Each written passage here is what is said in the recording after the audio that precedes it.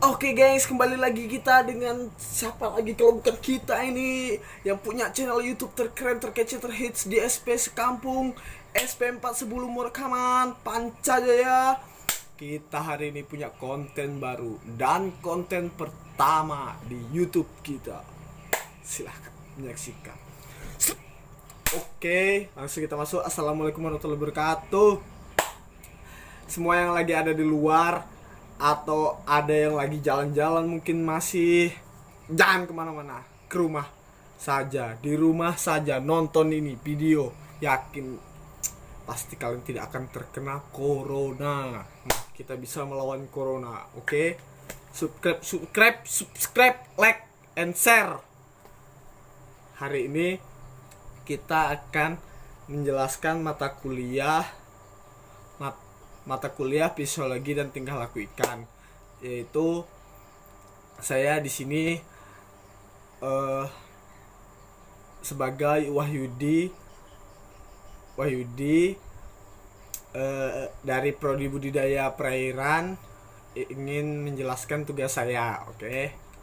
Tugas saya itu merangkum dari materi 1 sampai materi 6 mata kuliah fisiologi dan tingkah laku ikan. Kita langsung masuk saja ke materinya ya. Oke. Nah, itu doa dulu, doa.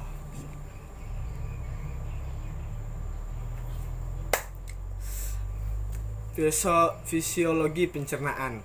Fisiologi adalah ilmu yang mempelajari mengenai fungsi, mekanisme, dan cara kerja organ, jaringan, dan sel-sel organisme.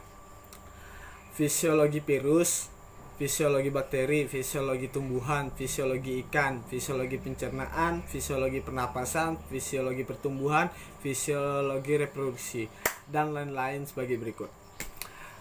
Persamaan antar sel. 1. Tiap sel memerlukan nutrisi untuk mempertahankan hidupnya. 2 ya, semua sel mempunyai nutrien yang sama jenisnya.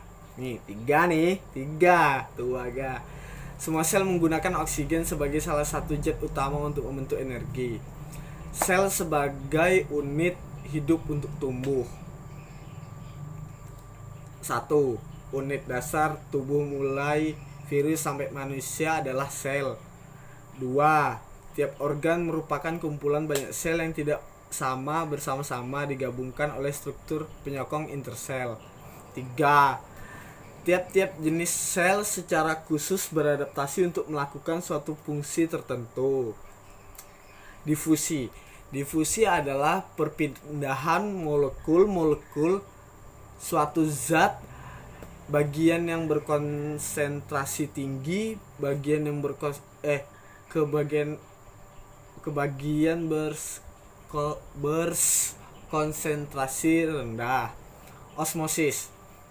Osmosis adalah pergerakan molekul air dari konsentrasi air yang tinggi menuju konsentrasi air yang rendah melalui membran selektif permeable. Dalam kurung itu kayak semi permeable.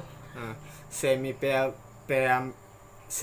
permeable berarti membran tersebut hanya bisa dilalui molekul-molekul air atau molekul-molekul seukuran dengan air, kecil itu, nah. Kecil.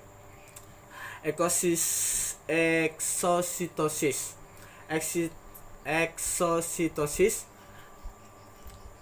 merupakan mekanisme transport molekul keluar dari sel dengan cara membentuk vesikula. Eksositosis terjadi apabila terdapat molekul-molekul berukuran besar yang tidak dapat ditransportasikan melalui mekanisme transport aktif. Ikan sebagai hewan air. Ada 2 nih. 1 ya, memiliki beberapa mekanisme fisiologi yang tidak dimiliki oleh hewan darat. Betul, ikan nggak punya kaki, mau jalan, ya kan? 2. Perbedaan habitat menyebabkan perkembangan organ-organ ikan disesuaikan dengan kondisi lingkungan.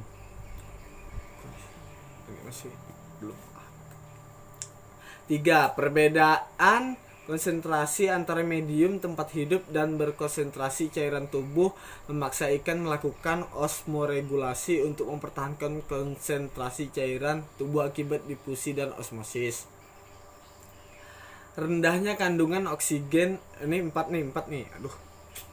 Ayo. Fokus. 4.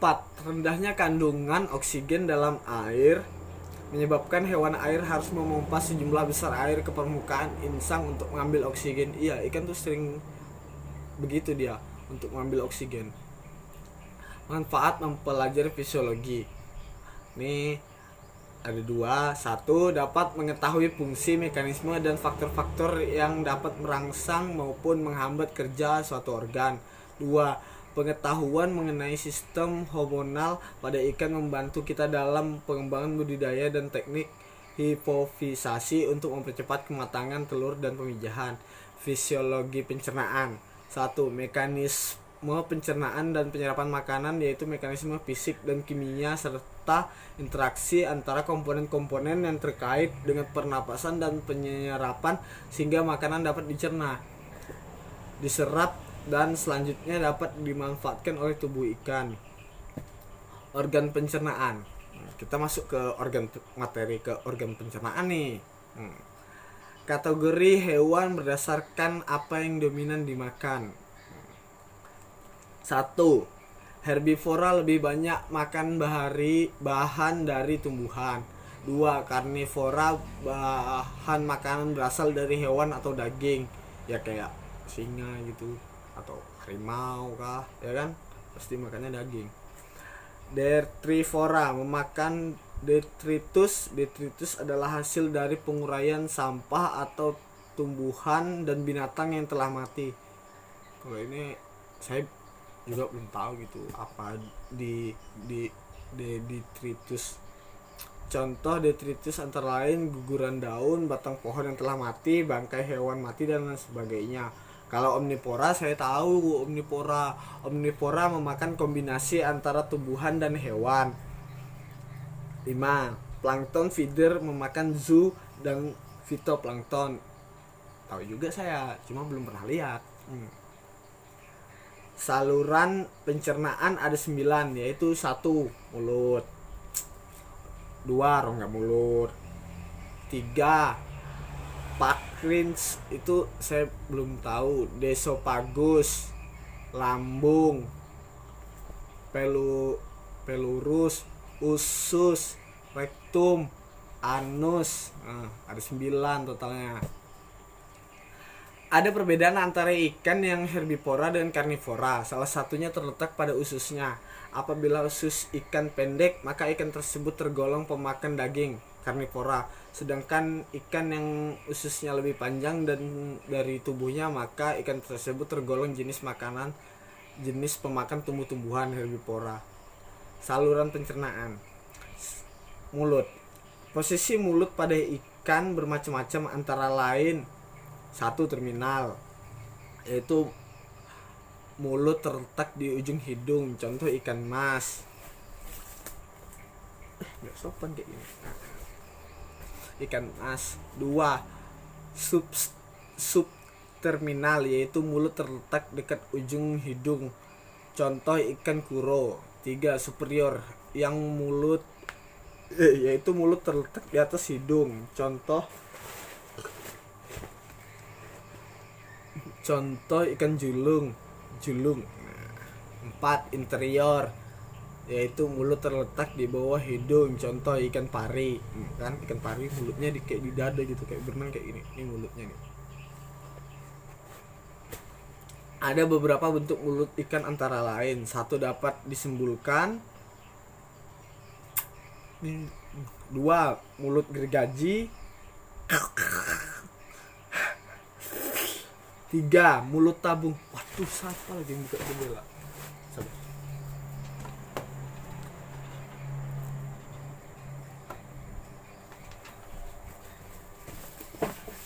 Oke guys, kembali lagi. 3. Mulut tabung. Itu mulut tabung itu saya belum tahu juga. Rongga mulut. 1. Pada lapisan permukaan terdapat sel-sel penghasil lendir 2. Pada langit-langit bagian belakang terdapat organ palatin yang berfungsi untuk mengatur kelebihan dan pompa air. Ada beberapa bentuk pompa air. Oke, lanjut ya. Kita ke ada beberapa bentuk gigi. 1. Cuneiform, 2. Molliform, 3. Filiform dan Cardiform. Pharynx, susah ini ngomongnya guys. Tulisannya itu P H A R Y N X. Kalau saya baca sih pharynx. 1. Bagian kanan kiri segmen pharynx terdapat insang, tapis insang. 2. Tempat terjadinya penyaringan makanan. Kita masuk ke esophagus nih. Esophagus. 1. Permulaan dari saluran pencernaan yang berbentuk pipa. Itu pipa panjang, nggak tahu juga ya. 2. Mengandung lendir untuk membantu penelanan makanan. 3. Pada ikan laut, esophagus berperan dan penyerapan garam melalui difusi pasif. Kita masuk ke lambung nih ya. 1. Besarnya ukuran lambung berkaitan dengan fungsinya sebagai penampung makanan. 2. Kapasitas lambung bervariasi tergantung jenis ikan. Berdasarkan bentuk anatomis, lambung dibagi menjadi 3, antara lain itu 1. Bentuknya memanjang, panjang. 2. Bentuknya sipon. Sipon kayak apa lagi? 3. Lambung kaika. Pylorus. Kita masuk ke pylorus. Merupakan segmen yang terletak antara lambung dan usus depan, berfungsi sebagai mengatur pengeluaran makanan dari lambung ke usus. Usus merupakan segmen terpanjang dari saluran pencernaan. Dibedakan atau usus depan, tengah, dan belakang. Rektum merupakan segmen saluran pencernaan yang terujung, berfungsi dalam penyerapan air dan ion. Kloaka, ruang tempat bermuaranya saluran pencernaan dan saluran genital. Ini kita masuk ke anus sekarang. Anus, saluran pengeluaran terujung dari saluran pencernaan. Saluran pencernaan mengalami perkembangan seiring bertambahnya umur. Ya, jujur sekarang susah beres ini. Kita masuk ke materi enzim pencernaan. Pencernaan adalah penyederhanaan makanan, mekanisme fisik dan kimiawi agar mudah diserap dan diedarkan melalui peredaran darah. Mekanisme pencernaan fisik. Pergerakan makanan pada saluran pencernaan antara lain. 1. Gerak peristaltik, yaitu gerakan mendorong saluran cerna. Perenggangan akibat mengumpulnya sejumlah makanan bergerak sepanjang saluran cerna. 2. Gerakan segmentasi, kontraksi pencampuran makanan dalam usus menghasilkan gerakan bolak-balik dan menekan pada ujung-ujung jonjot. Wah, saya juga paham ini apa ini. Enzim sebagai katalisator biologis dalam reaksi kimia dalam kehidupan. Enzim ini oke. Enzim ini ada 2 ya, juga ya, sebagai katalisator biologis dalam reaksi kimia dalam kehidupan. Satu lagi juga bahan dasar enzim adalah protein.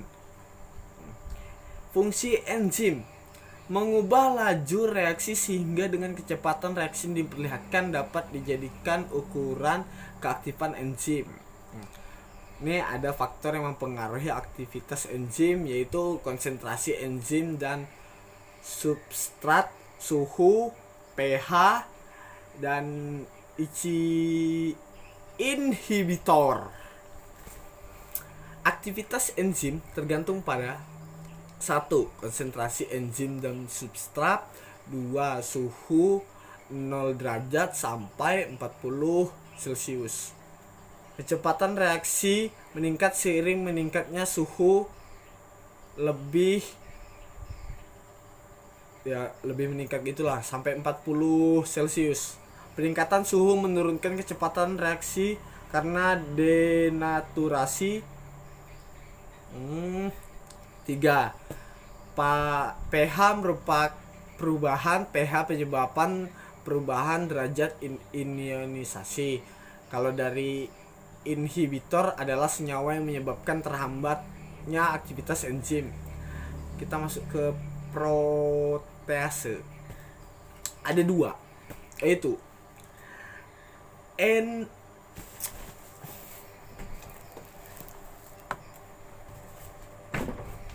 tak tutup loh lama-lama ini. Ada dua tadi, kita lanjut guys. Masuk ke protease dua. Endopeptidiase berperan penting dalam pencernaan protein. Itu yang buat protein ya. Ini ada exopeptidase berperan melepaskan ujung asam amino. Itu asam amino. Bedanya protein sama asam amino. Jangan sampai salah. Kita masuk ke lipase dan esterase. Nah, kalau saya itu kalau ngomong yang itu susah ya. Leptase, amylase. Nah. Lipase berperan sebagai katalisator dalam hidrolisis trigliserida. Esterase berperan dalam mencegah rantai estes. Kok estes? Wow. Esterase berperan dalam memecah rantai ester menjadi asam lemak dan alkohol. Kita masuk ke karbonhidrase. Enzim ini biasa ditemukan pada usus ikan yang tidak berlambung. Pada ikan air tawar, karbohidrase ditemukan di sepanjang saluran pencernaan. Mekanisme penyerapan makanan, ion dan air terutama terjadi pada usus di dalam sini guys. Susah kita lihatnya. Pergerakan makanan pada saluran pencernaan. Kita masuk materi baru juga nih. Faktor yang merangsang ikan untuk makan. Dari dalam rasa lapar, dari luar adanya rangsangan untuk makanan diterima oleh organ penerima. Berdasarkan cara makan, ikan dapat dikelompokkan dalam ada 5 nih. Predator, grazer, filter feeder, sucker, parasit. 5 sudah.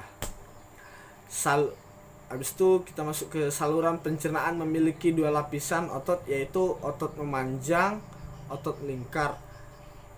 Pergerakan makanan pada saluran pencernaan, laju pencernaan adalah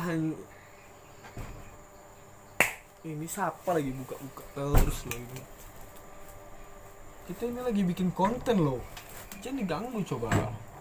Ditutup nanti nggak ada cahaya. Nah, segini. Tolonglah kerjasamanya. Nah.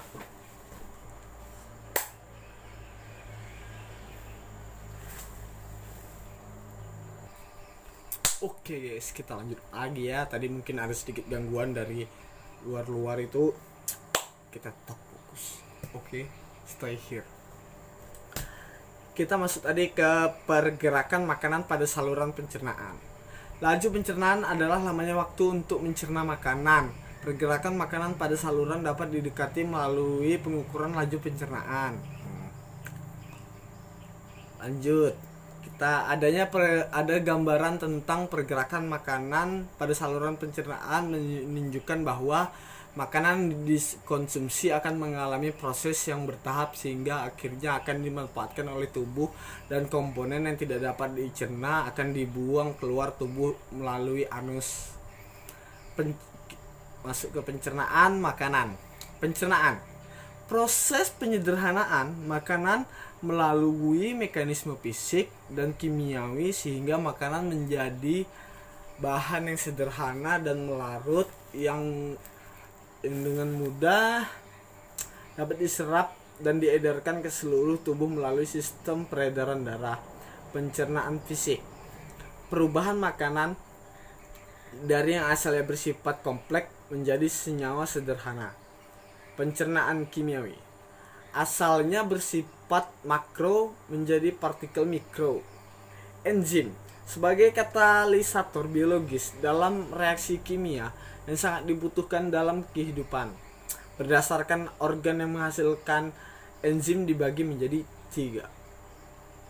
1. Enzim lambung. 2. Enzim pankreas. 3. Enzim usus. Masuk ke penyerapan zat makanan. Pada umumnya ikan teleostei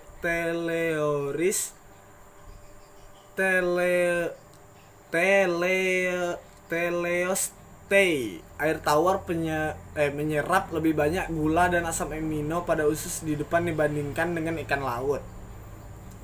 Karnivora. Penyerapan gula dan asam amino lebih banyak terjadi pada usus bagian belakang dibandingkan usus bagian depan. Herbivora. Usus bagian depan menyerap nutrien lebih banyak dibanding usus bagian belakang. Jadi mereka masing-masing beda-beda ya. Yang karnivora, herbivora. Membran sel sebagai tempat penyerapan zat makanan. Sel yang berperan dalam penyerapan nutrien adalah enterosit. Zat yang dapat melewati membran sel bersifat permeabel. Zat yang tidak dapat melewati membran sel bersifat impermeabel. Difusi sederhana. Molekul zat dapat berdifusi secara spontan hingga dicapai kerapatan yang sama dalam suatu ruangan. Difusi terbantu proses difusi dengan perantara protein pembawa. Cepat zat terlarut. Berdifusi bergantung pada 5 faktor. Dia tuh ketergantungan juga gitu. 1. Ukuran. 2. Suhu. 3. Perbedaan gradien konsentrasi.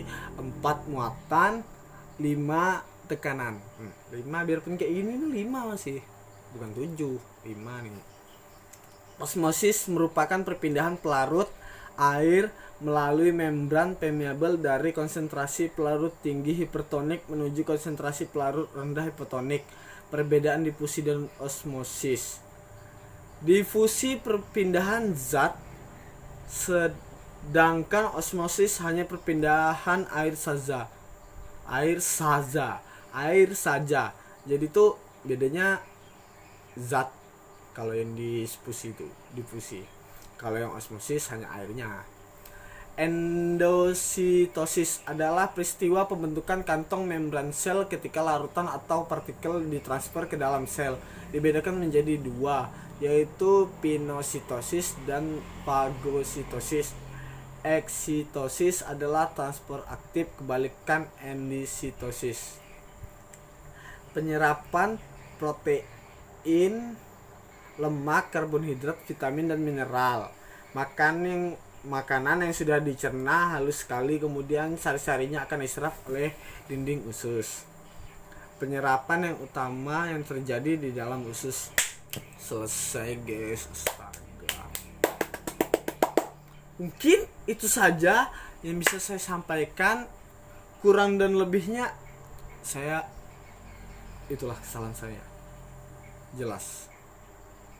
Saya di sini masih belajar juga, apalagi di tengah corona seperti ini. Kita harus kuat, tegar, sehat selalu, menjaga fisik, terutama makan. Jangan lupa, apalagi kalian mempunyai penyakit-penyakit lain, jangan kemana-mana, tetap di rumah, stay here. Kita bisa, Indonesia bisa save corona. Pokoknya kita sehat, lawan corona. Kita bisa. Oh ya, satu terakhir ya. Kebetulan nama mama saya tuh Ibu Kita Kartini. Saya sekalian mengucapkan juga nih, selamat Hari Mama, Hari Ibu Kita Kartini. Semoga pandemi ini cepat berlalu. Saya juga rindu kuliah, kumpul-kumpul sama teman, kumpul-kumpul di sekre, apalagi pecel. Aduh, kangennya pecel sama Rinda. Ayolah, mungkin ini pesan-pesan terakhir saya itu saja. Oke, jadi pesannya, assalamualaikum warahmatullahi wabarakatuh.